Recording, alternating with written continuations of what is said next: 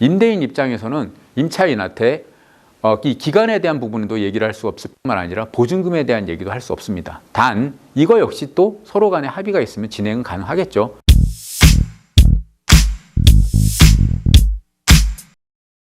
안녕하십니까.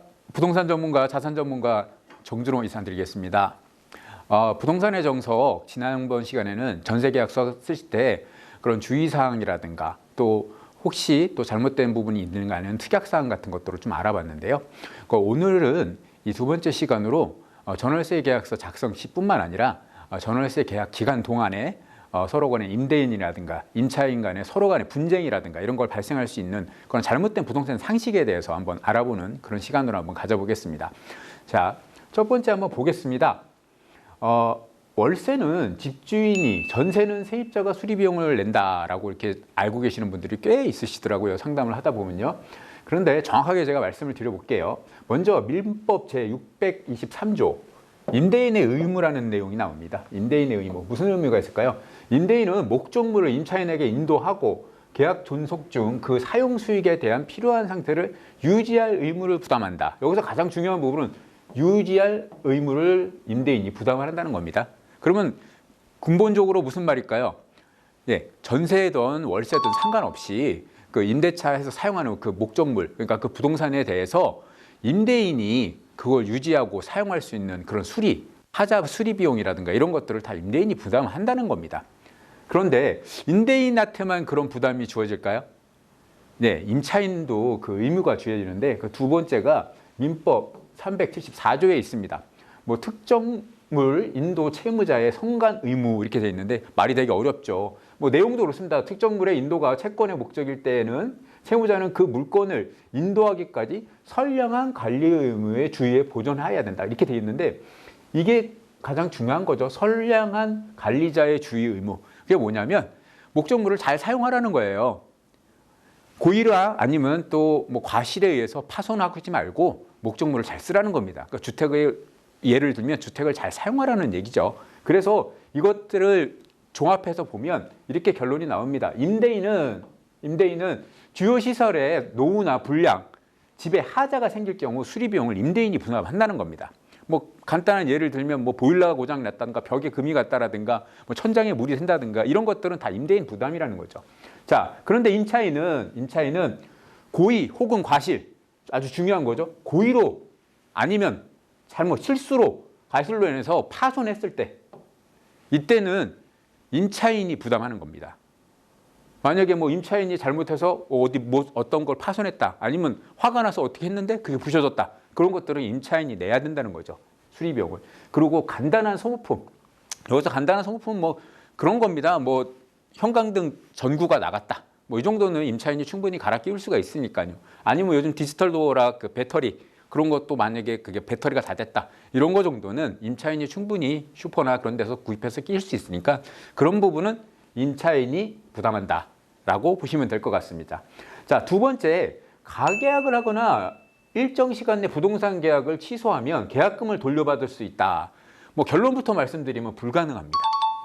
이제 어떤 분들은 이제 구두 계약으로 하죠. 직접 이제 임대인을 만나서 계약을 하지 못하다 보니까 가계약금이라 그래서 뭐 계약금의 일부 얼마를 먼저 임대인의 계좌로 보내놓고 나중에 집에 와서 생각해 보니까 좀 아닌 것 같아요. 그래서 연락을 해서 해약을 하겠다. 가계약금을 돌려달라. 이러는 경우들도 있고요. 또 어떤 분들은 이제 부동산 계약을 직접 계약서까지 다 쓰셨는데 집에 가서 보니까 뭐가 좀 안 좋은 것 같아요. 마음에 안 들어요. 아니 더 좋은 곳이 생겼어요. 그렇게 됐을 때 오늘 계약한 거니까 오늘 내에만 취소를 하면 괜찮을 거다라고 생각하시는 분들이 의외로 많습니다. 그런데 여기에 보시게 되면 부동산 계약은 성립한 시점부터 계약 당사자한테 구속력이 생깁니다. 성립한 시점이 언제일까요? 가계약금을 입금한 상태, 계약서를 작성한 상태가 성립된 상태입니다. 그때부터는 서로에게 구속력이 생기기 때문에 계약금을 돌려줄 의무도 없고 돌려받을 수 있는 권리도 없습니다. 그런 부분을 항상 명심하셔야 되고요. 단 별도의 특약사항으로 그걸 기재하는 경우가 있습니다. 제가 지난 시간에 말씀드렸을 때 임대차 계약할 때 특약사항 잘 작성하라고 말씀드렸죠.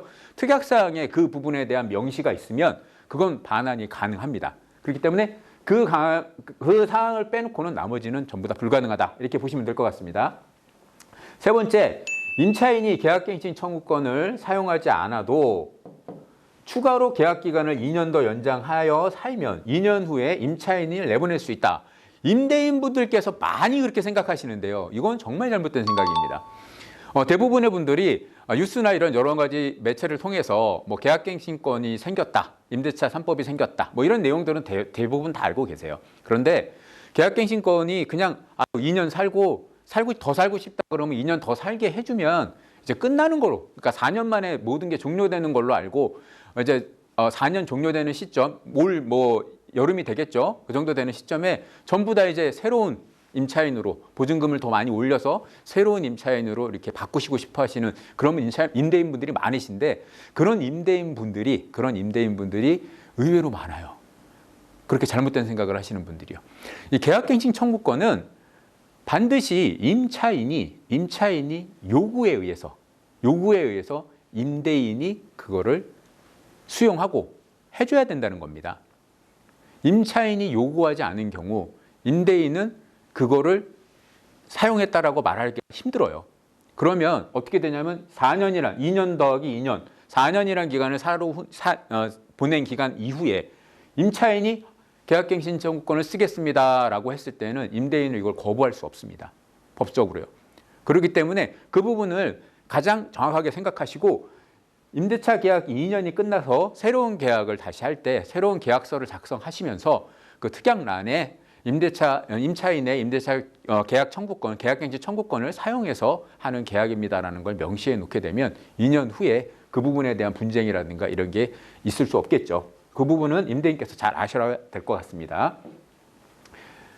자, 다음은 계약서상 임대차 기간이 끝났다는 게 중요한 거예요. 끝나서 묵시적 갱신이 되어서 새로운 임대차 계약을 쓸 때 기존 보증금의 5% 이내에서 상향해서 받을 수 있다라고 이렇게 임대인이 알고 계시는 분들 많고 일부 임차인들도 많이 그렇게 알고 계십니다. 여기서 중요한 거는 묵시적 갱신이에요. 임대차 계약이 끝나기 이전에 6개월에서부터 2개월 전까지 임차인이든 임대인이든 서로 간에 이 계약의 갱신에 대해서 서로가 얘기가 없거나 임대차를 종료하겠다고 얘기가 없으면 그 계약은 묵시적 갱신에 의해서 기존의 동일한 조건으로 다시 계약이 진행이 되는 걸로 그렇게 진행되는 게 묵시적 갱신이라는 겁니다. 쉽게 말씀드리면요. 근데 이 묵시적 갱신은 좀 아까 말씀드렸듯이 동일한 조건, 뭐가 동일하겠습니까?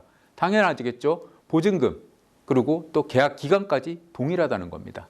그러면 가령 3억에 전세를 살고 계신 분들이 묵시적 갱신에 의해서 계약 기간이 넘어갔다 그러면 3억이라는 보증금을 그대로 가져가고 또 2년이라는 계약 기간을 그대로 가져간다는 겁니다. 그러면 임차인 입장에서는 2년을 더 3억이라는 돈을 주고 살 수 있다는 얘기고요.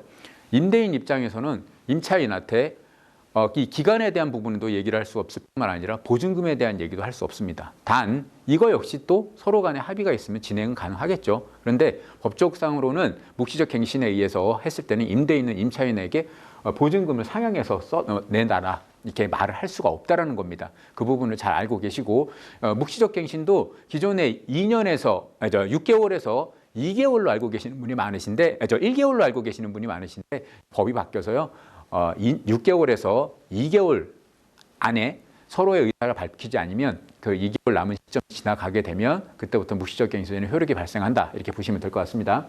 자, 마지막에 세입자가 계약갱신 기간이 끝나기 전에 임대차 계약을 종료를 요구하면 이렇게 돼 있어요. 종료를 요구하면 보증금을 원하는 날에 바로 받을 수 있다. 아니면 임대차 계약이 끝날 때까지 받을 수 없다.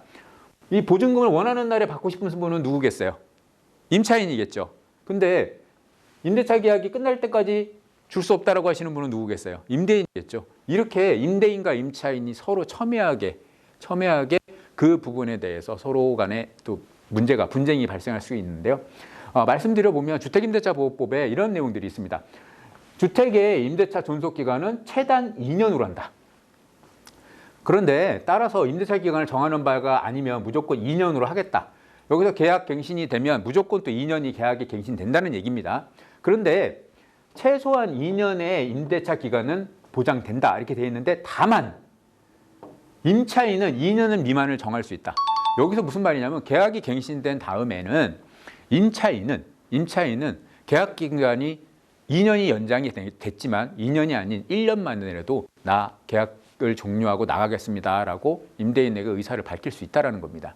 임대인은 할 수 없지만 임차인은 가능하다는 거죠. 그러니까 주택임대차보호법의 기본 취지는 임차인을 보호하는 의지가 많기 때문에 대부분 보면 임차인에 대한 보호가 상당히 많습니다. 그 주택임대차보호법에 의해서 임대인은 2년을 주장할 수 없지만 임차인은 2년이 아닌 그 밑에 기간도 주장할 수 있다. 얼마든지 그렇게 보시면 되고요. 자, 다음으로 보시면 계약이 갱신된 경우에도 임대차 존속기간은 2년이며 계약이 갱신된 경우에는 임차인은 언제든지 임대인에게 계약 해지를 통보할 수 있다. 이렇게 되어 있죠. 위의 내용과 좀 맞아 떨어지는 내용이죠. 임차인은 언제든지 임대인에게 계약 종료를 요구할 수 있고요. 임대인은 2년 동안은 임차인에게 나가라는 말을 못 하겠습니다. 그런 내용이 임대차 보호법에 들어가 있는 겁니다. 자, 세 번째 내용 한번 볼게요. 임차인은 임대인에게 주택임대차 계약을 해지하겠다고 의사를 통지하고 이렇게 되어 있습니다. 의사를 통지하는 방법은 여러 가지 있겠죠. 전화 통화도 있을 수 있고요. 뭐 요즘 이제 카톡이나 문자 같은 것도 많이 나가죠. 그리고 또 뭐 어떤 분들은 또 이 우편이라든가 내용 증명 같은 거 보내시는 아주 그런 분들도 계시더라고요. 그런 분들이 의사를 통지한 거예요. 임차인이 임대인한테 저 이제 그냥 나가겠습니다. 계약 기간 전에 나가겠습니다라고 통지를 했을 때 바로 돈을 받을 수 있는 줄 아시는 임차인 분들이 많으세요. 저 급하니까 빨리 돈 주세요. 임차인이 임대인한테 그렇게 요구하는 경우들이 많아서 서로 간에 분쟁이 생기는 경우들이 많습니다. 또 심지어 임대인분도 안 된다. 너 계약 기간이 2년이니까 2년 다 채우고 나가라. 이런 말을 하시는 분들도 상당히 많으십니다. 그렇지만 그런 분쟁들을 막을 수 있는 법이 여기에 적혀 있습니다. 여기 의사를 통지했을 때 임대인은 그 통지를 받은 날로부터 3개월 이내에 계약 해지가 발생한다 그랬습니다. 3개월이 지나면 계약 해지의 효과가 발생합니다라고 되어 있어요. 무슨 말이냐? 그러면 임대인한테는 3개월의 기간이 있다라는 거죠.